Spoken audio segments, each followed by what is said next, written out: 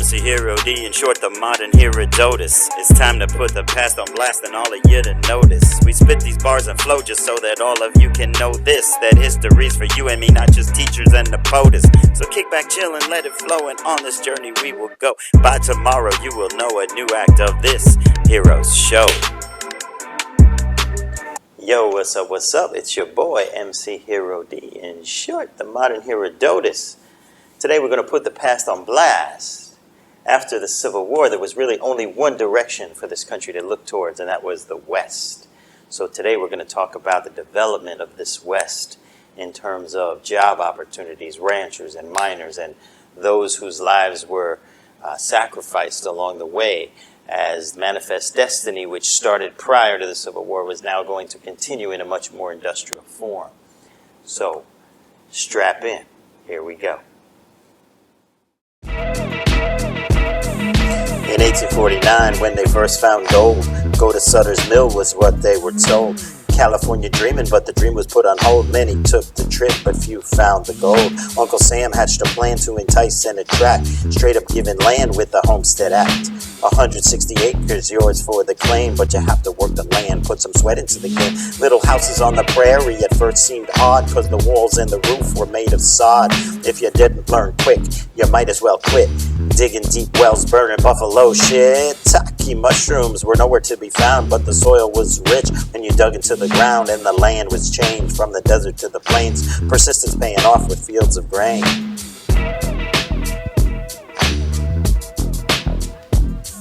And to make this West one with the rest of the nation, we needed a system of transportation. The train was dope, but it cost real cash. Investment was needed, and we needed it fast. Land grants were made and tracks were laid, and now we were set up for transport and trade. And boom towns had sprouted from thin air as bosses were recruiting everywhere. We got jobs out west in ranches and mines, and the rails were hiring, so get in line. If you're looking for your own thing to self-employ, the land is calling for some tough cowboys. The open range was a life of thrills, taking cattle on the long drive with your mad skills. But the story of settlement isn't all wins, especially from the eyes of the Indians. Cause with wagon trains and the railroad came arrogant soldiers who were seeking fame, intimidating natives without much cause, igniting 2 decades of Indian wars. Like at Sand Creek under flags of peace, cowardly attacks left 100 deceased, talking cold-blooded murder of children and wives, total disregard for human lives. Shooting up buffalo while passing on the train, rotting carcasses were later in the plain. Take away their food source, take away their land, open it for settlement, that's the plan. And then, of course, there's Crazy Horse, who stood up against the U.S. force. At Little Big Horn, they took out Custer, but the cavalry came back with all they could muster. Tribe after tribe forced to leave their nation and take up camp on the reservation, so their sacred land would be no more. They could win the battle, but they could not win the war.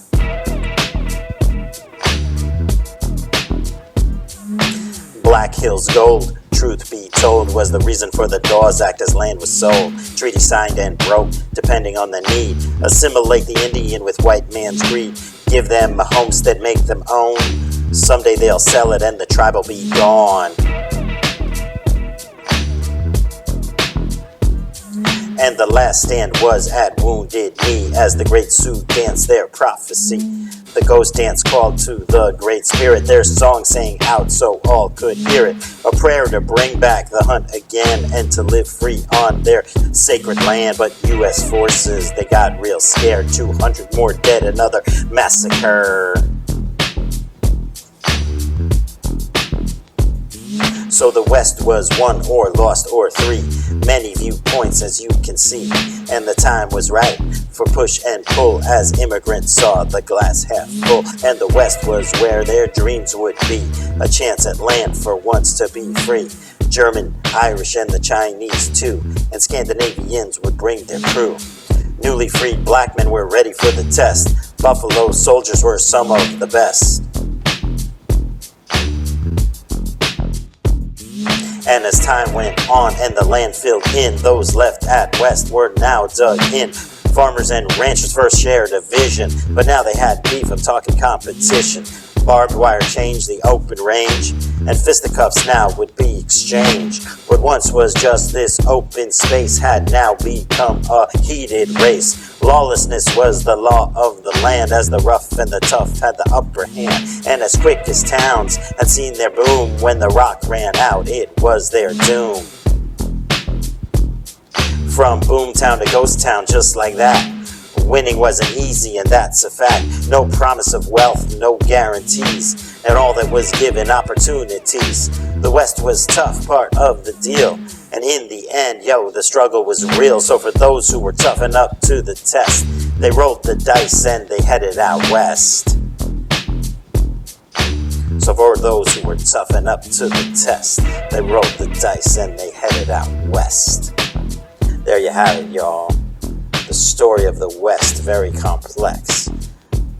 Peace and truth. I hope you enjoyed. I hope we did some education today. All right, y'all. Hero D, out. It's all about the hip-hop history, because the story of the past is no mystery, because cause and effect can cause you to reflect, and it never quite ends the way you expect. So we spit out these bars to tell the whole story, the winners, the losers, the pain and the glory, keeping it flowing so you could be knowing the various ways that this country be growing. Put your hands in the air if you're ready to be immersed in the hip-hop history. I said a hip-hop history, coming to you straight from Hero D.